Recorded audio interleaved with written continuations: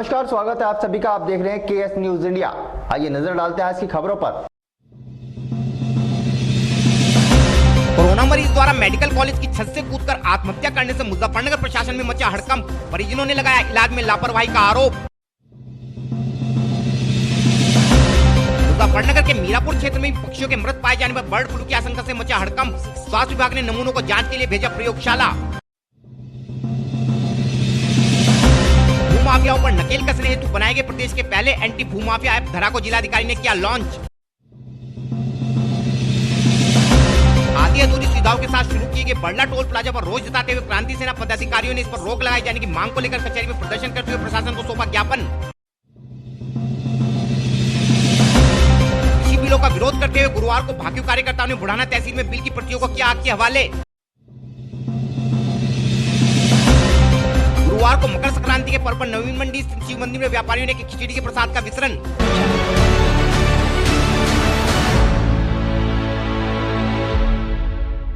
मुजफ्फरनगर के बेगराजपुर में स्थित मुजफ्फरनगर मेडिकल कॉलेज में कोरोना मरीजों के इलाज में लापरवाही का मामला कई बार उजागर हो चुका है तथा एक बार तो जनपद के सरकारी वकील ने भी खुद वीडियो बनाकर इस अस्पताल की अव्यवस्थाओं को उजागर किया था, लेकिन हर बार प्रशासनिक अधिकारी इस मामले में लीपापोती कर मामले को रफा दफा कर देते हैं। ताजा मामले में गुरुवार को मुजफ्फरनगर निवासी तथा विद्युत विभाग में कार्यरत एक कर्मचारी ने अस्पताल में इलाज को लेकर चल रही अव्यवस्थाओं से तंग आकर अस्पताल की 5वीं मंजिल से कूदकर आत्महत्या कर ली।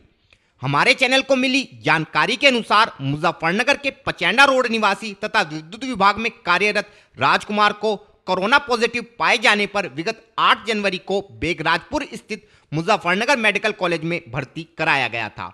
सूत्रों के अनुसार अस्पताल स्टाफ द्वारा अपनी आदत के अनुसार कोरोना मरीज के इलाज में लापरवाही बरती जा रही थी, जिससे परेशान होकर गुरुवार को राजकुमार द्वारा अस्पताल की 5वीं मंजिल से छलांग लगाकर आत्महत्या कर ली गई। मेरा नाम रविंद्र कुमार है। मेरे पिता इसमें एडमिट थे बेगराजपुर मेडिकल कॉलेज में। 8 तारीख को हमने इनको भर्ती किया था। 8 तारीख को उनको मैंने यहाँ पे भर्ती किया था क्योंकि उनके लंग्स में इन्फेक्शन था। उस रात उनकी कोविड जांच की गई थी, पर लेकिन उस टाइम पे उनकी कोविड जांच में निगेटिव बताई गई थी। 17-18 घंटे बाद उनकी जांच पॉजिटिव रिपोर्ट आई और पॉजिटिव रिपोर्ट आने के बाद उनको ऊपर कोविड डिपार्टमेंट में उनको एडमिट कर दिया गया। इस बीच उन्होंने हमें बोल दिया था कि इसमें अब आप अपने पिता से नहीं मिल पाओगे। इसके बाद हमारी पिता अपने पापा से बीच में बातचीत होती रही। उस बीच में बोलते रहे कि खाने में दिक्कत है, यहाँ पे अच्छे से ट्रीटमेंट नहीं कर पा रहे हैं, ये ट्रीटमेंट नहीं दे पा रहे हैं। और कल रात भी मेरे पापा से बात हुई। कल रात पापा ने बोला कि क्या नाम मेरी अच्छी तबीयत है और क्या नाम मेरी दिक्कत, ये ट्रीटमेंट अच्छे से नहीं कर पा रहे हैं और ये थोड़ा सा प्रेशराइज कर रहे हैं स्टाफ वाले। और इस बीच उन्होंने सवेरे हॉस्पिटल के कंट्रोल रूम से फ़ोन आया। कंट्रोल रूम वालों ने बोला कि आपके पिता की मृत्यु हो गई है और आप यहाँ पे आ जाइए हॉस्पिटल में। और यहाँ के पता चला कि वे ऊपर खिड़की में से कूद गए हैं। अगर अस्पताल प्रशासन के द्वारा ऐसी घटना ग्रस्त हो गई तो हमारे पेशेंट को क्या ट्रीटमेंट दिया उन्होंने? हमें शक है कि प्रशासन के द्वारा इसमें कुछ न कुछ लापरवाही हो गई है। तो आपकी रात बात भी ठीक ठाक बात हुई? रात बात हुई, वे ठीक ठाक थे और बोल रहे थे कि क्या नाम कि मुझे यहाँ पे परेशानी हो रही है, मुझे यहाँ से निकलवा लो। तबीयत ठीक थी। क्या चाहते हैं? जांच हम उच्च स्तरीय जांच की जाए, पोस्टमार्टम हो। किस कारण सवेरे आए थे तो एक नीरज हैं यहाँ के स्टाफ के, उन्होंने हमें बताया कि शाम को उनकी लगभग रात को 2:30 बजे के आसपास वो ऊपर से कूद गए। ऊपर से जब हमने पूछा कि आप हमें कब बताया तो उन्होंने कहा कि सवेरे 4 बजे हमने आपको कॉल की। मैंने जी आपने इतने दिन के बाद कॉल क्यों की? उसके बाद उनका जवाब स्पष्ट नहीं है। और जब वो हमें स्पॉट दिखाने लगे कि कहाँ पर डेड बॉडी गिरी थी, ऊपर से जो व्यक्ति थे वहाँ पर उन्होंने गटर का पानी डाल के और ऊपर से गाड़ियाँ पार्क कर दी हैं। कोई एविडेंस कुछ नहीं छोड़ा, सब कुछ साफ सुथरा करके धो धा के हमें बताया कि यहाँ पे जंप की थी। क्या नाम है आपका? मेरा नाम संजीव है जी। क्या लगते थे आप? जी वो मेरे मामा थे। कोरोना मरीज द्वारा आत्महत्या करने से प्रशासन में हड़कंप मच गया तथा आनन फानन में मृतक के शव का पंचनामा भरकर पोस्टमार्टम के लिए भिजवाया गया। हालांकि इस मामले में जिलाधिकारी मुजफ्फरनगर का कहना है कि प्रथम दृष्टया इलाज में लापरवाही का कोई मामला सामने नहीं आया है तथा पूरे घटनाक्रम की जांच की जा रही है। वह यदि जांच के बाद कोई इस प्रकार की बात सामने आती है तो दोषियों पर कठोरतम कार्यवाही की जाएगी। आज अर्ली मॉर्निंग में around 2 o'clock around I think 2:09 या अराउंड इनका ये हुआ है। इसमें प्रिलिमिनरी जांच चल रही है, हमारा पंचनामा भी भर रहे हैं। उसमें 5th फ्लोर से उन्होंने राजकुमार करके एक पेशेंट है, उनका डेथ हुआ है। प्रिलिमिनरी जो देख रहे हैं उसमें सुसाइड का चल रहा है, उसमें दिख रहा है, उसमें अंडर इन्वेस्टिगेशन है। CCTV फुटेज भी है, उसका क्लैरिफाई करने के लिए उनके फैमिली पर्सन्स भी आ रहे हैं। जैसे इन्वेस्टिगेशन पूरा हो जाएगा उसमें अगर डेरिलिक्शन है ड्यूटी पे या नेग्लिजेंस अगर है, प्रिलिमिनरी नहीं दिख रहा है, बट प्रॉपर इन्वेस्टिगेशन के बाद तभी हम कंफर्म कर पाएंगे। जो भी आगे का कार्रवाई है उसके बाद डिसाइड। मैडम सरकारी कर्मचारी है मैडम, कब से एडमिट थे वहाँ पे? He was there from 8th वो है, कोविड पॉजिटिव पेशेंट है, कोविड पॉजिटिव है, he still positive and he was in ICU L3 में है। तो केयर तो प्रॉपर हुआ है उनका, but some kind of family problems था उनके साथ, क्योंकि जो बगल के बेड्स के लोग जो बता रहे हैं उससे ये प्रिलिमिनरी इन्वेस्टिगेशन में आया है कि he had some personal problems, जिसके लेकर के परेशान है। डॉक्टर्स ने भी काउंसलिंग भी दिए हैं, but anything else we have to see. पूरा इन्वेस्टिगेशन आयोग के इन्वेस्टिगेशन के बाद ही करना पड़ेगा। SDM और COs मौके पे ही रहने वाले कहाँ के? यहीं के, पचेंडा के हैं, यहीं के हैं।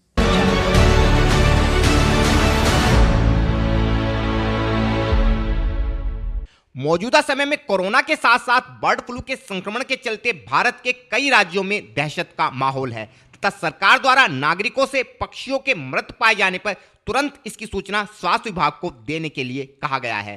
ताजा मामला मुजफ्फरनगर में मीरापुर क्षेत्र के गांव कुतुबपुर का है, जहां बुधवार की शाम कई पक्षियों के मृत पाए जाने से क्षेत्र के लोगों में हड़कंप मच गया।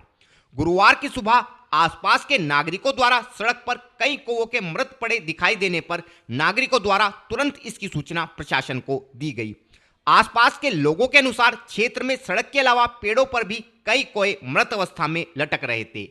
इस विषय में और अधिक जानकारी देते हुए एक प्रत्यक्षदर्शी ने बताया, हमारे गांव में जो ये कौवे मर रही हैं, इससे लोगों में भय का प्रकोप है। हर कोई डर रहा है क्योंकि कौवे मर मर कर गिर रही हैं और जिसे कुत्ता बिल्ली खा रही हैं और वो घर के अंदर जा रही हैं। अभी तक यहाँ पर कोई भी सरकारी टीम किसी भी तरह से नहीं पहुँची है। इसी वजह से बस आपसे यही अपील है कि कृपा करके हमारी इधर ध्यान दिया जाए, ये मामला संज्ञान में लिया जाए ताकि आने वाली किसी भी महामारी से हम लोगों को बचाया जा सके।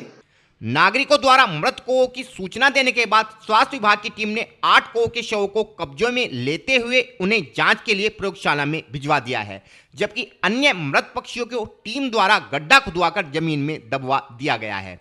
इस संबंध में और अधिक जानकारी देते हुए मुख्य पशु चिकित्सा अधिकारी श्री MP सिंह ने बताया, कल शाम करीब 6-6:30 बजे DFO साहब ने बताया मुझे कि ग्राम कुतुबपुर मीरापुर के आसपास कुछ कौवों के मरने की सूचना है और इसमें क्या करना है इसको दिखवाइए आप। तो हमने चूँकि 19 नवंबर से पूर्व से ही एहतियात बरतते हुए प्रत्येक ब्लॉक स्तर पर एक रैपिड रेस्पॉन्स टीम RRT का गठन किया हुआ है। तो हमने तत्काल RRT को फ़ोन से निर्देश देते हुए मौके पर भेजा। वहाँ पे टीम ने देखा कि 5 कौवे तो एक जगह पड़े हुए थे मृत और 3 वहाँ से लगभग 400 मीटर दूरी पे पड़े हुए थे। तो प्रथम दृष्टया जब देखा गया कि उसके जो लक्षण हैं ग्रॉस लीजन्स बर्ड फ्लू के, जैसे कि स्वेलिंग ऑफ हेड है, रफल्ड फैदर्स हैं, साइनोटिक शैंक हैं, ऐसे कोई लक्षण मृत कौवों में नहीं थे। क्योंकि ये लगभग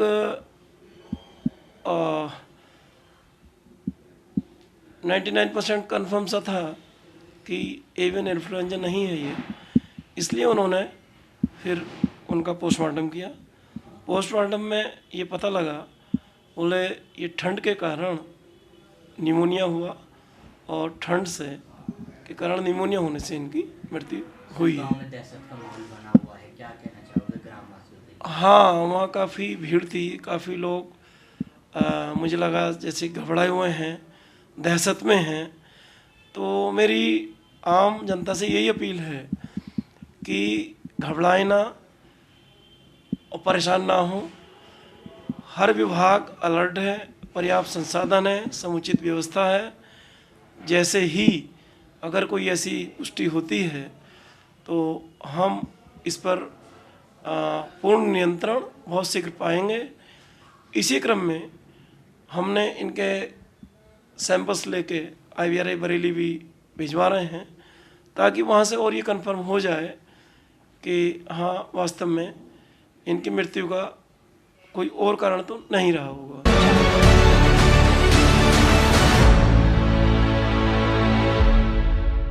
गुरुवार को मुजफ्फरनगर में जिलाधिकारी श्रीमती सेल्वा कुमारी जे द्वारा लोकवाणी सभा कक्ष में आयोजित एक कार्यक्रम के दौरान भूमाफियाओं पर लगाम लगाने हेतु प्रदेश के पहले एंटी भूमाफिया ऐप धरा को लॉन्च किया गया। जिलाधिकारी के अनुसार इस ऐप के लॉन्च हो जाने के बाद जनपद में शासकीय व ग्राम सभा की जमीन की ऐप के जरिए निगरानी की जा सकेगी, क्योंकि इस ऐप में समस्त सरकारी भूमि को जियो फेंसिंग के माध्यम से फीड किया जाएगा, ताकि सरकारी भूमि पर होने वाले अवैध कब्जों को रोका जा सके तथा इस ऐप के माध्यम से कोई भी व्यक्ति किसी भी स्थान की 1 किलोमीटर की परिधि में भूमि के स्वामित्व की जांच कर सकता है, जिससे भूमि के मालिकाना हक की जांच होने के बाद भूमि की फर्जी रजिस्ट्री को रोका जा सकेगा तथा गांव आदि में तालाब आदि की भूमि पर होने वाले अवैध कब्जे को भी रोका जा सकेगा तथा पट्टे की जमीनों को अवैध रूप से बेचे जाने पर भी अंकुश लगाया जा सकेगा। इस संबंध में और अधिक जानकारी देते हुए जिलाधिकारी श्रीमती सेल्वा कुमारी जे ने बताया। धरा सॉफ्टवेयर भू माफिया के खिलाफ जो हम लोगों का लगातार जो प्रयास रहता है, जिला प्रशासन का, पुलिस का और सभी डिपार्टमेंट्स का, उसको लेकर के ये ऐप लॉन्च हुआ है। हम लोगों ने ये बनाया सॉफ्टवेयर।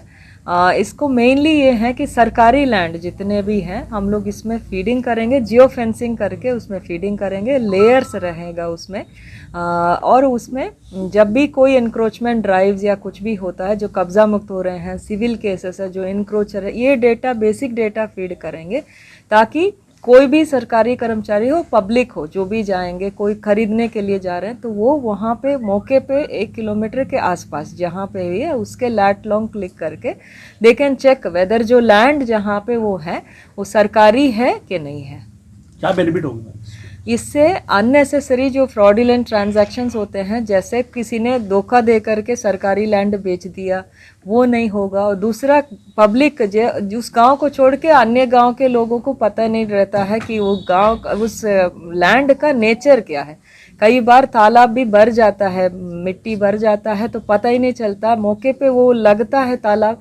और दूसरा है, पट्टे का पेपर्स नहीं रहते हैं, बट कोई पट्टा कह के बेच देते हैं। इस तरह के जो अननेसेसरी जो लीगल कॉम्प्लिकेशंस पब्लिक का होता है और फ्रॉड हो जाता है और पैसा लगा के उनका जो धोखा होता है, उसका भी ये सॉफ्टवेयर बहुत यूजफुल रहेगा। मैम, प्रदेश में क्या पहले भी कई लॉन्च हो चुके हैं? नहीं, ये पहला है, हम लोगों का प्रयास पहला है, हमारा प्रयास पहला है।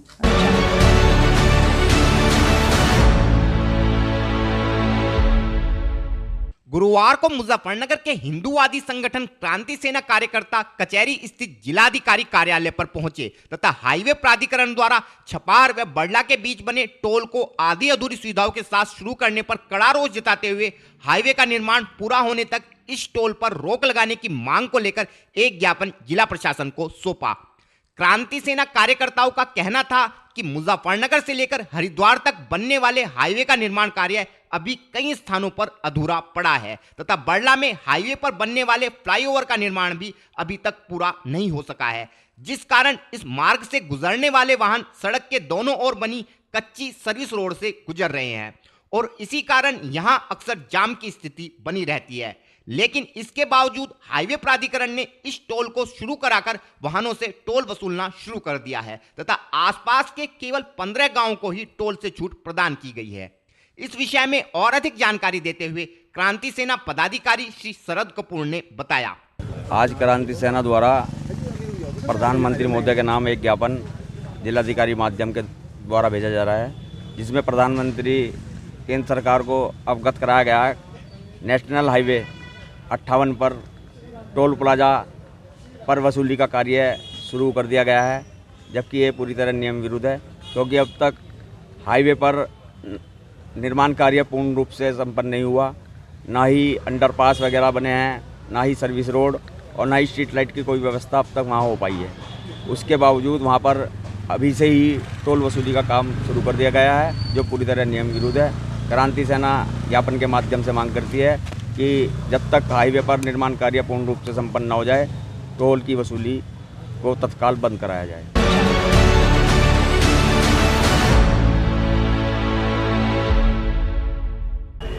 वक्त हो चला है केएस न्यूज इंडिया में एक छोटे से ब्रेक का।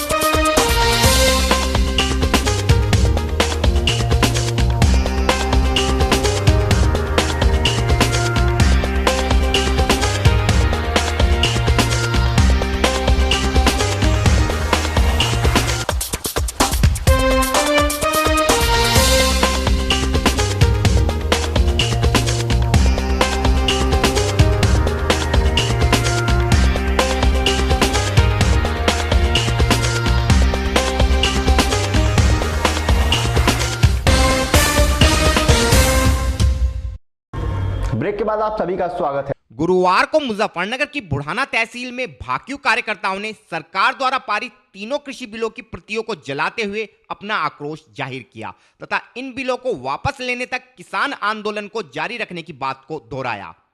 हमारे चैनल को मिली जानकारी के अनुसार गुरुवार को बुढ़ाना में भाकियू कार्यकर्ता संगठन के तहसील अध्यक्ष श्री अनुज बालियान के नेतृत्व में तहसील प्रांगण में पहुंचे तथा सरकार द्वारा पारित कृषि कानूनों को काला कानून बताते हुए इन कानूनों की प्रतियों को आग के हवाले कर दिया। भाकियू कार्यकर्ताओं का कहना था कि सुप्रीम कोर्ट द्वारा इस मामले में इन बिलों पर लगाई गई रोक तथा कानून की समीक्षा करने के लिए गठित कमेटी का वो लोग स्वागत करते हैं, लेकिन सरकार द्वारा इन बिलों को वापस लिए जाने तक उनका आंदोलन जारी रहेगा। इस विषय में और अधिक जानकारी देते हुए श्री अनुज बालियान ने बताया। ये तीन जो काले कानून सरकार लेकर आई किसान के विरोध, मतलब किसानों को जबरदस्ती थोपने के लिए, उनके विरोध में हमने उनकी प्रतियां जलाई आज। तो इससे सरकार को आप क्या संदेश देना? सरकार को तो संदेश ये देना चाह रहे हैं, हम इन कानूनों की जरूरत नहीं, ना वापस लो। जब तक ये वापस नहीं करते तब तक ये लड़ाई चलती रहेगी हर जगह। अध्यक्ष धरने को 50 दिन हो गए, इस पर आप क्या कहोगे? धरने को तो 100 भी हो सके, 150 भी हो सके, चलता रहेगा। सुप्रीम कोर्ट के आदेश के बाद, हस्तक्षेप के बाद भी क्या कुछ नहीं सुप्रीम नहीं कानून की तो यह बात है, हम तो स्वागत कर रहे हैं सुप्रीम कोर्ट का भी। सुप्रीम कोर्ट ने यो कहा भाई ना कानूनों को मतलब कुछ दिन के लिए रोक कर सुनवाई करो, तो कर लेंगे सुनवाई में भी ठीक आदमी ना लिए उन्होंने। आज आपने कितनी प्रतिलिपि जलाई है? 3 कानून थे, तीनों की जलाई।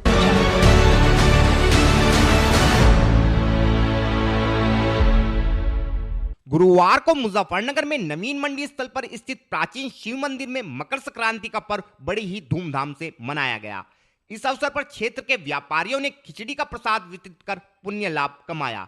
इस कार्यक्रम में नगर के प्रमुख समाज सेवी श्री मनीष चौधरी ने भी अपनी टीम के साथ शिरकत की तथा लोगों को खिचड़ी का प्रसाद वितरित किया। इस अवसर पर नवीन मंडी व्यापार संघ के अध्यक्ष श्री संजय मिश्रा का कहना था कि मकर संक्रांति भारत का एक प्राचीन पर्व है जो कि पूरे भारतवर्ष व नेपाल में अलग अलग नामों से मनाया जाता है। नवीन मंडी व्यापार संघ के द्वारा हर वर्ष की भांति यहाँ मकर संक्रांति पे ये प्रसाद वितरण का प्रोग्राम होता है। मकर संक्रांति हमारे हिंदुओं का प्रमुख त्यौहार है। इसे हमारे भारत में अलग अलग नामों से जाना जाता है और ये माना जाता है कि सूर्य जो मकर राशि में आता है तो इसे मकर संक्रांति कहते हैं और ये दान पुण्य का विशेष महत्व का दिन है और हिंदुओं का प्रमुख त्यौहार है।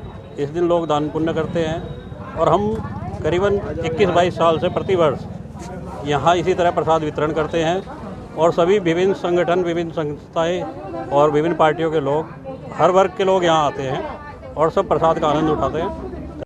वहीं इस अवसर पर समाज सेवी श्री मनीष चौधरी का कहना था कि पूरे वर्ष जब सूर्य एक राशि से निकलकर दूसरी राशि में प्रवेश करता है तो इस समय को संक्रांति कहा जाता है, लेकिन पौष मास में जब सूर्य धनु राशि को छोड़कर मकर राशि में प्रवेश करता है तो इस पर्व का विशेष महत्व होता है तथा इस पर्व को ही मकर संक्रांति पर्व के रूप में मनाया जाता है। आज अनाज मंडी में देखो सभी व्यापारियों द्वारा मकर संक्रांति के महापर्व पर देखो हर साल जो भंडारा चलता है, आज उसी कड़ी में आज पूरे व्यापार मंडल ने यहाँ पर नई मंडी में पूरे सहयोगी टीम के साथ एक विशाल भंडारा का आयोजन किया गया, जिसमें कोविड-19 का भी ख्याल रखा गया। देखिए हमारे हिंदू धर्म में, क्या किसी भी धर्म में आप ले लीजिए, सबके हिंदू जो भी त्यौहार होते हैं अपने अपने धर्म में सबके त्यौहार बहुत अच्छे होते हैं। और यहाँ पर इसलिए देखने को मिल रही है कि आजकल मुजफ्फरनगर में कि सभी चीज़ों को भूलकर हिंदू, मुस्लिम, सिख, ईसाई सभी आपस में मिलजुल कर जो भी सभी त्यौहार मना रहे हैं और मनाने भी चाहिए। हमारा आपके चैनल के माध्यम से सभी युवाओं से ये निवेदन है कि अपने इस तरह के आयोजन में बढ़ चढ़ कर हिस्सा लेना चाहिए, ताकि उन्हें अपने धर्म की संस्कृति का भी पता चले और अपने भाईचारा का, एकता का जो हमने टीम द्वारा मिशन चलाया हुआ है उसमें सफल हों और देखें कि किस तरह एक दूसरे के त्यौहार के प्रति अपनी संवेदना रखते हैं आदमी की, उसमें खुशी भी मिलती है और प्रभु श्री राम का आशीर्वाद भी मिलता है। जय श्री राम, जय भारत। आज के बुलेटिन में इतना ही, कल फिर होंगे हाजिर कुछ नई और ताज़ा खबरों के साथ। देखते रहिए केएस न्यूज़ इंडिया।